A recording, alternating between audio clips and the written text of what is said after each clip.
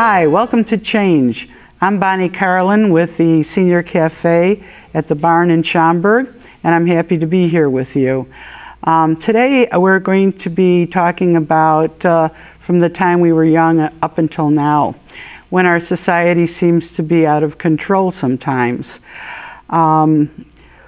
We're going to explore the modern stresses of society and see what we can do to help. But first of all, I'd like our panel to introduce themselves. Hi, I am Kiran Chaturvedi from village of Schaumburg Barn, Senior Program. I'm Dr. Algene Garner, Director of the Department of Health and Human Services for the Village of Hoffman Estates. And I'm Doree Bryant. I'm the Supervisor of Human Services for the Village of Schaumburg. Thank you. Karen, I'd like to start with you. When you were growing up, did you feel like your direction was clear as far as what you were going to do in life and, your place in society? Yes, because when I was growing up, that environment, atmosphere was totally different was we have today. It was a very protected, sheltered, community. Mm-hmm. We know each other, and when we are playing out, everybody knows whose kids this, So they all are protected to each other. That a different society. Mm-hmm. So not like today, if I don't want to leave my granddaughter out my sight, for a minute, because you never know what is going to happen to her. Mm-hmm. So it's a totally different, yes. How about you, Algene? How do you feel about your past growing up? Yeah, growing up, the expectations as a child were very clear. Mm-hmm. My father is now a retired Chicago police officer, and so he set very clear expectations of what he wanted me to do. And there was a very close connection to the neighborhood and to the community in terms of how we behaved and things that we were expected to do, whether it was with our friends or with our neighbors. In terms of what I wanted to do in life, wasn't quite sure. I grew up thinking I wanted to be a police officer, but ended up being a psychologist. But it still had, I think, that connection to the community and helping others. Very good. How about you, Doree? Yeah, I come from a family of educators, so I think certainly the expectation that, we would do well in school and then we would go on to at least, finish college, if not beyond, was definitely an expectation. And I think similarly, the way that we were supposed to behave in the community was pretty clear-cut. Mm-hmm. When you wanted some guidance, who did you turn to? For me, the best was my dad. Mm-hmm. and my grandma, because my mom died when I was very young, 3 or maybe less than that. And the whole family was like your mom and protecting you. But for everything, my dad, yes, because he was a journalist, social worker, and my dad was my friend, philosopher, and guide. So I was turning to him for any advice, or he is giving me direction, So that was wonderful. Very good. Algene? Yes, for me, being fortunate and blessed to come from a 2-parent home, I had my mom and my dad. They were always a source of information and support and guidance for me. If they were unavailable, there was extended family. And because of their connection to the community, to my school and things like that, I had others I could turn to, so teachers, principals, things like that. Very good. How about you, Doree? I think at least my first several years, probably my mom, I felt closer to my mom than my dad. It's not that I'd never go to my dad for things, but probably went to my mom more than my dad. And then I think as I got into junior high and high school, I also was very involved in the youth group at my church. So I think the sponsors for our youth group were someone else that I felt like, I could talk with. Great. Were there any resources that you used, as needed to, help find your way? Because as I said, I come from a totally different atmosphere, where dad is always there to fix your future there in his hand, So I didn't know anything about like Elgin and Dury, or you have different ideas. Yeah. But for me, go to college, school, then go to college. You have time, getting job easily, got the job.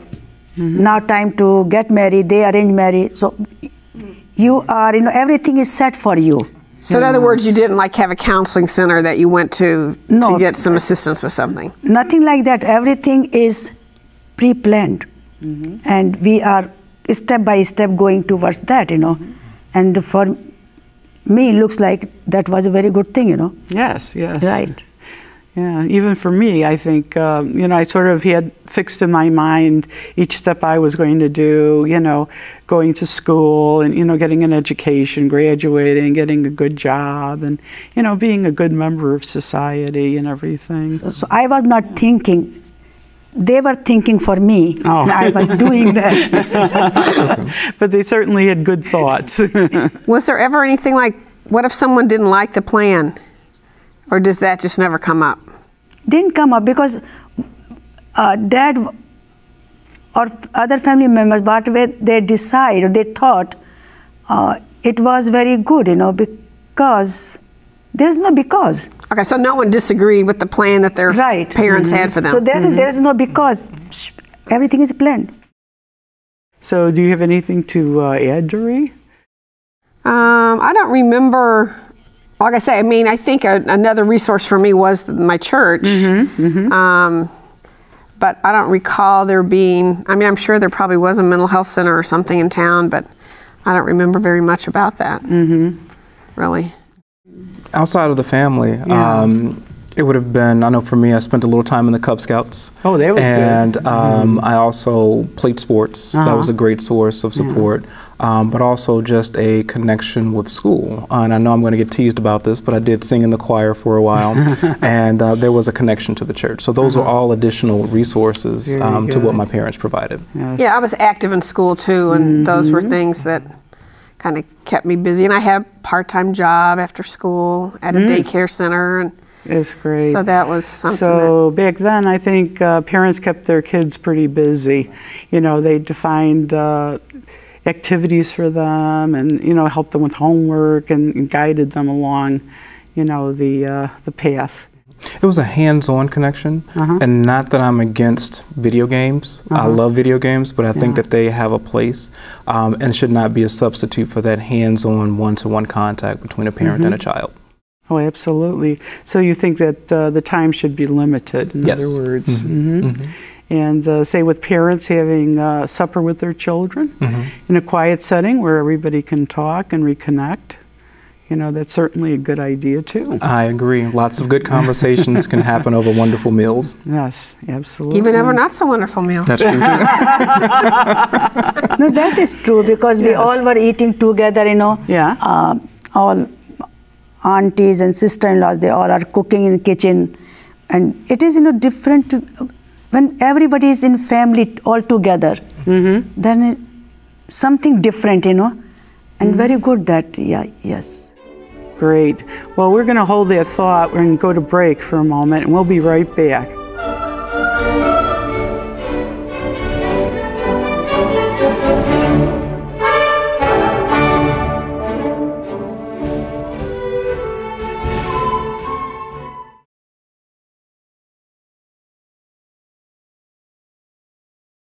Welcome back. We were talking about our society and our expectations growing up, resources, and knowing what our paths were. But recently, we've had some disturbing news. In Aurora, Colorado, there was a movie theater where theater goers were going to see the premiere of a Batman movie. And there was a gunman who came in and opened shooting on the people sitting in the theater, which was a very sad state of affairs. I think there was about 12 people killed and 60 injured. And then more recently, I think in a place of worship for Sikhs, there was another incident similar to that where 7 were killed in Oak Creek, Wisconsin. It seems like incidents like this are happening more and more frequently these days than it did back when we were young again. Elgin, what has changed in the world from then till now? One of the things that I notice is that there are a lot of people who feel disconnected from the society, from the community, and there's been a significant change in the value system. The value of life does not seem as important for many people as it used to. I know growing up that my parents would always instill with me, be careful what you do, because what you do not only impacts you, but it impacts other people. And that life is precious and it should be valued at all times. Jeree? Yeah, I think that's a good point as far as the sometimes lack of connection that some people have to the community. I think one of the things that has happened since we were young to now is that I think people's jobs take them different places, and so that extended family doesn't necessarily live all together anymore. They live all across the country and sometimes the world.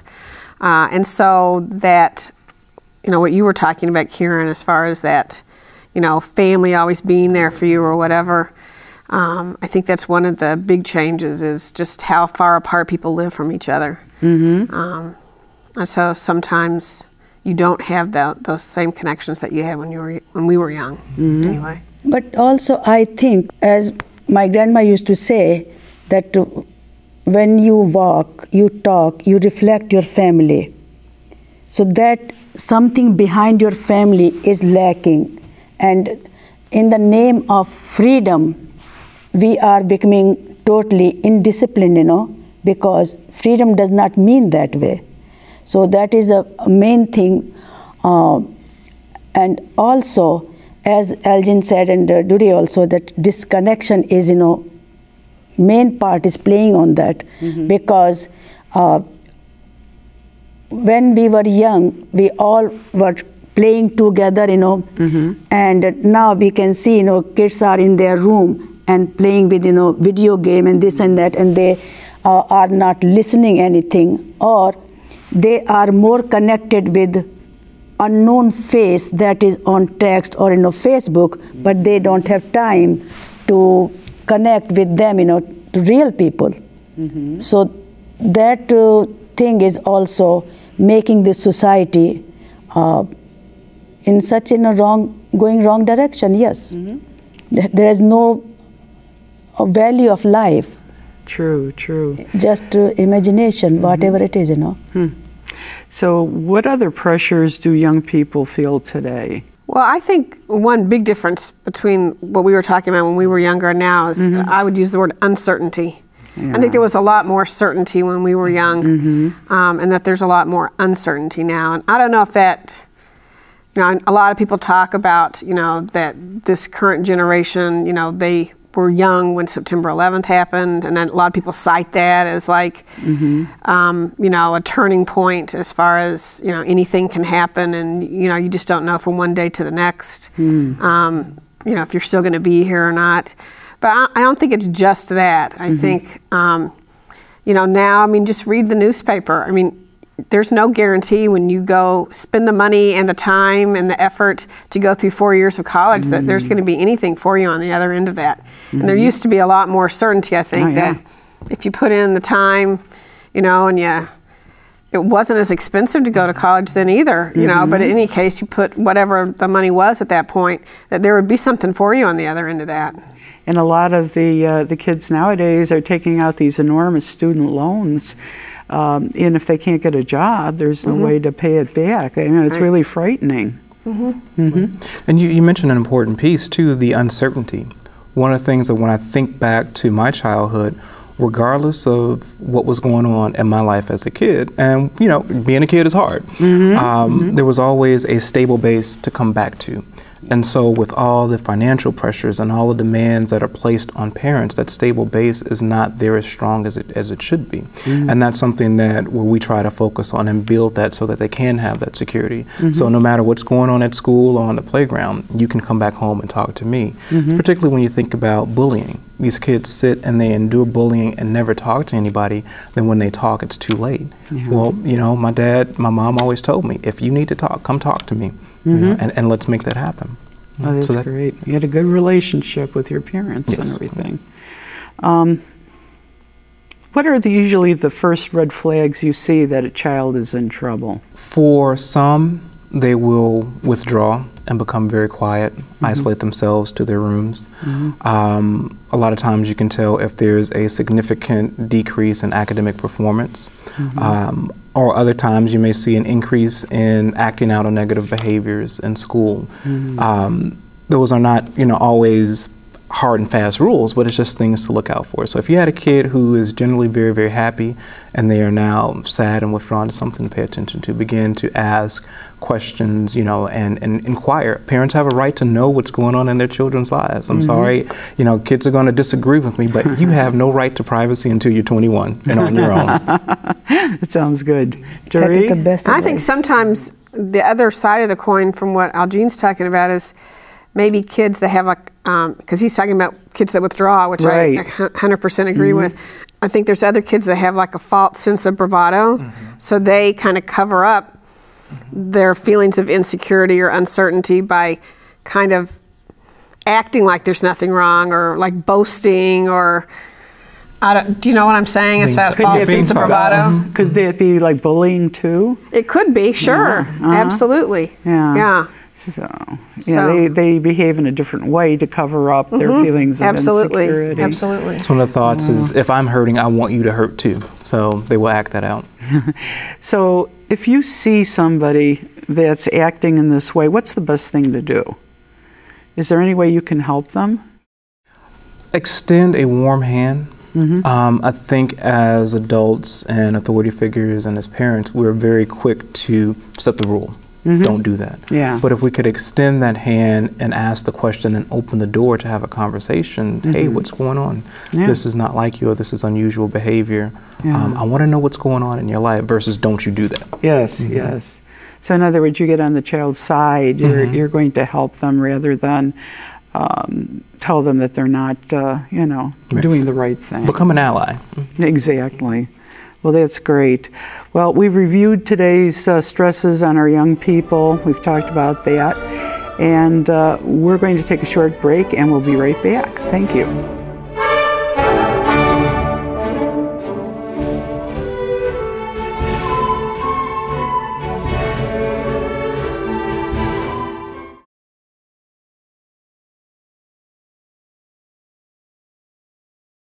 Welcome back. We're talking about today's stresses with youth in our society, and we're thinking that maybe it would be better if the pendulum swung back in the other direction, and we could go back to our time when things were easier for children and the path was clearer. But do you think it can be done? I think so. We have to make an effort to bring back those things. Bring back going outside and playing baseball. Bring back, joining a team, joining some type of community activity, and shifting away from the video games, shifting away from Facebook. Facebook has its place, but it does not build a connection with a real person. Absolutely. What do you think, Doree? Well, I think we have to be careful that we don't get too nostalgic about the past, because I think it's really easy to kind of glamorize it, or to have sepia tones around it, where it's like everything was wonderful then and everything is awful now. And I don't think it's that simple. I really don't. I think there were probably things going on when we were younger that we just didn't know about. So I don't think everything was just rosy when we were younger. So I guess I'm not too interested in talking about, for myself, everything going back to the way it was, but more talking about how we can increase connections between people now. I don't need things to necessarily go back to the way they were. I just think that things could get better now. So does that make sense? The thing is, life should be like a river flow, okay? If river cannot go back, right? True. Going forward. Same way we cannot go all the time living in past. What we lived, we can bring that experience and raise our kids and make a simple life. Today's life is very complicated, And that complication is reflecting on our kids, because kids are becoming more what they call that latchkey kids, okay? And there's no supervision for them, so what they think the best for them, they do that. So as a parent, it is my responsibility to think in their mind what they are thinking, how they are doing. So instead of judging them and telling them when we used to, we were, there is no we were, how we can do that. So that change can bring the change, and be involved in school, because education is like in a pyramid. A child is sitting on top, and one end is parent, one end is school, and middle in society.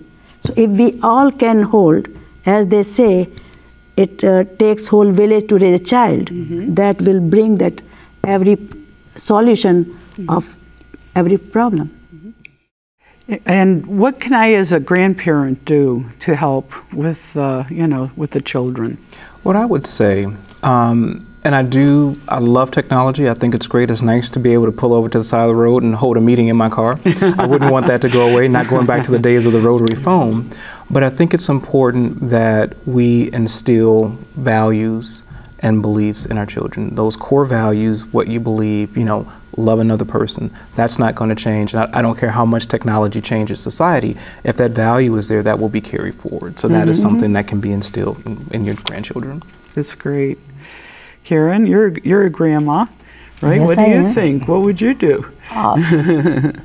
Read books. Those books are one of the best thing we can give to our kids, and create them kind of, thirst for the knowledge. And that will help them a lot, because I remember my father-in-law used to go to River Ganges and bringing that, clay and making little balls, then coloring them and playing with that, you got 4, and Calcutta is a business city, I am giving you 4 rupees, you give me 2 back. And Gaurav used to say, why I will give you back, Baba? I need 2 more. Okay, now how many rupees you have? So this way, he learned so much math, and this way he learned so much about direction, everything. So this connection is the best thing, and reading books, telling those stories, that is I enjoy that. Yes, it's really great as a grandparent to give your grandchildren time. Right. To sit down with them, to do things, perhaps, educational things, or go out and do some activities, physical activities, and as you said, make that connection with them. They know where to go and what is expected of them. And they must have the trust, if any problem, anything they think, they can come to you directly. That's what I was going to say, being a good listener, and having a listening ear, I think you can do that for your grandson. I think we say we want our kids to come talk to us, and then if they share something unpleasant with us, we act all shocked. It's like, and then why would they come talk to us if we're like, oh my gosh, you did that? You shouldn't do that. Or it's like, my gosh. Then they're not going to, you have to listen. You have to, sometimes you have to kind of tamp down your unhappiness or whatever, your dismay, because they won't keep talking if you get this appalled look on your face or whatever. You can react on the inside and then call them. Yeah, or I've done that before where I've just had to kind of okay, can you tell me some more about that? While inside I'm going, oh my gosh, and then I just maybe go talk to a friend about it. You have to have someone to talk to about it, but you don't necessarily want to, you want to keep those lines of communication open with your child or your grandchild, and so that would be a tip I would have. Oh, great. Practice that, poker face. Poker face, that's it, exactly. And one of the things that was important to me was learning my family history. Wow. Once you know where you come from, you definitely know where you're going. And I think that is what's missing for a lot of children. They don't know what their families went through. Wow. They think I just started right here, and there's a lot of richness in learning that can take place. Absolutely. So sharing that history. That is very important, Know your family first, and respect that. So I think we're getting pretty close to the end of our program, and I want to thank everybody for attending and giving us all these great ideas on how we can help our youth. I wanted to let everybody know that at the Senior Cafe at the Barn on September 8th, we're having a special program, a weekend lunch sponsored by the Rotary Club. And then again, we also have the older adult market. That happens every other Friday. So if you can call the barn and ask. Anybody over 60 is entitled to get groceries. And we don't know exactly what will be offered at that time, but they alternate with different types of products. Now, Doree, you were at the last market, weren't you? Yes. And that went very well. We did. We had, it was the second one we had. Yes. And we had about 25 more people than we did the Friday before that. So we had all sorts of staple items. We had brown rice, and we had canned peaches and all sorts of things like that. And then we had a bunch of fresh produce. Yeah, so there was corn, wasn't there? Corn, peaches, cucumber. Cucumbers. That was the first one. Yeah, we had all sorts of fresh produce too. Oh, yeah. So anybody that's in the area that wants to come by for the fresh market. It starts 1 o'clock. It starts at 1. What is it over at about 2:30 or 3? 1 to 2:30. Yeah. And you're more than welcome to come. You get your own shopping bag, and you can, take home some great food. But they should definitely call the barn and make sure what Friday we're having it. And also, if they're interested in the party for September 8th, I'll give you the number. You can call Karen at 847-524-7496. And also, if you want to come to lunch anytime, you can call her and make an appointment. We have lunch every day, Monday through Friday, and a couple of Saturdays a month. Oh, yes. And Saturday party is only for $3, big meal, fancy meal, and music, and lots of fun. And bingo. And bingo. We're always up for bingo, aren't we? Yeah, that's besides. But I want to thank you again, all of you, for coming and being on the show. And we look forward to seeing you all. Again, the number is 847-524-7496. We'll see you soon.